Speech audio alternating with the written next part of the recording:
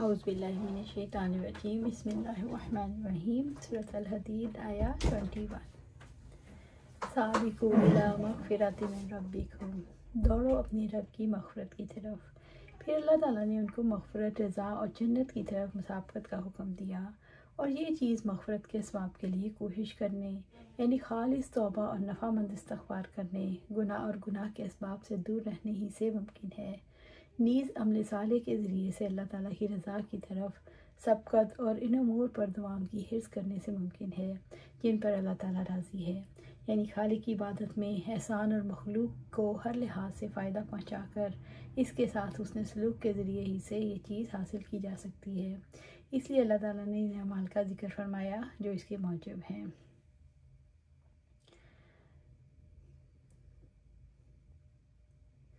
جنت کی وسعت اور زمین کی وسعت کے برابر ہے، جس کی چوڑائی آسمان و زمین کے برابر ہے۔ ذالک فضل اللہ، یہ اللہ تعالیٰ کا فضل ہے، یعنی ہم نے جہنم میں گرانے والے اعمال کی جو نشاندہی کی ہے اور جنت پہنچانے والے اعمال کے بارے میں جو رہنمائی کی، وہ سب اللہ کا فضل ہے۔ یؤتیہ من یشاء، وہ جسے چاہتا ہے عطا کرتا ہے، وہ جسے چاہتا ہے ہدایت دیتا ہے اور جسے چاہتا ہے گمراہ کر دیتا ہے۔ واللہ ذو الفضل العظیم، اور اللہ تعالیٰ بڑے ہی فضل والا ہے، یعنی کوئی اللہ تعالیٰ کے فضل عظیم کا اندازہ کر ہی نہیں سکتا۔ اللہ تعالیٰ ایمان کی دولت، اللہ کے فضل سے مراد ایمان ہے۔ اللہ تعالیٰ ایمان کی دولت اس کو عطا کرتی ہیں جو کفر، فسق، شرک اور نافرمانیوں سے توبہ کر کے ایمان والی، عمل صالح والی زندگی اختیار کرتے ہیں۔ ایسے ہی لوگوں کو اللہ تعالیٰ ایمان اور عمل صالح کی توفیق دیتا ہے۔ سورۃ الحدید آیا 22۔ ما اصاب من مصیبت فی الارض، کوئی مصیبت نہ زمین پر پہنچتی ہے۔ اللہ تعالیٰ نے اپنے قضاء و قدر کے بارے میں خبر دی ہے۔ تمام مصائب جو زمین کی مخلوق پر آتے ہیں، ولا فی انفسکم، اور نہ ہی تمہاری ذات میں، یعنی بیماریاں اور بچے کا وفات پا جانا، الا فی کتاب من قبل ان نبرأھا، مگر اس سے پہلے ہم اس سے پیدا کریں، وہ ایک کتاب میں ہے، یعنی اس سے پہلے کہ اسے تخلیق کریں وہ لوح محفوظ میں موجود ہے۔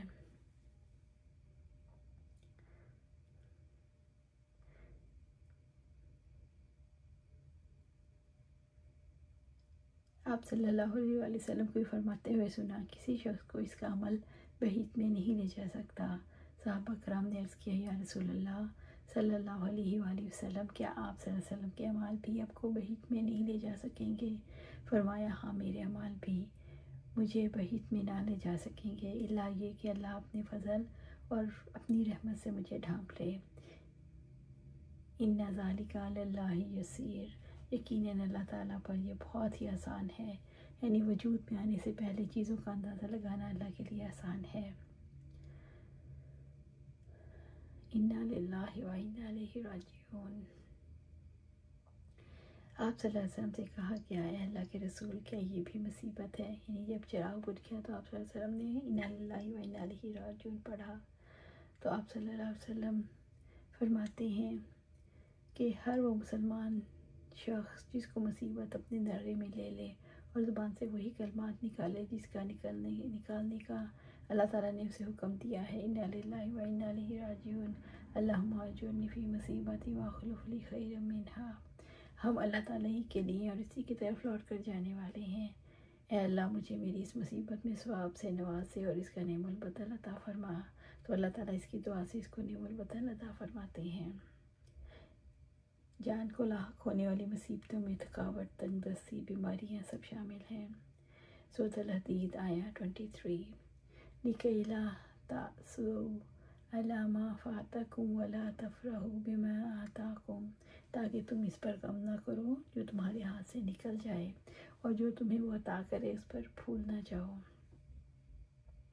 واللہ یحب کل مختال فخور، اللہ تعالیٰ کسی خود پسند فخر کرنے والے سے محبت نہیں کرتا۔ اللہ تعالیٰ نے تکلیف پر اس غم کو روکا جو انسان کو ناجائز کاموں تک پہنچا دیتا ہے۔ اللہ تعالیٰ نے انسان کا رخ صبر کی طرف موڑا ہے، جہاں اس کے لیے دکھ نہیں تسکین ہے۔ اللہ تعالیٰ نے خوشی کے موقع پر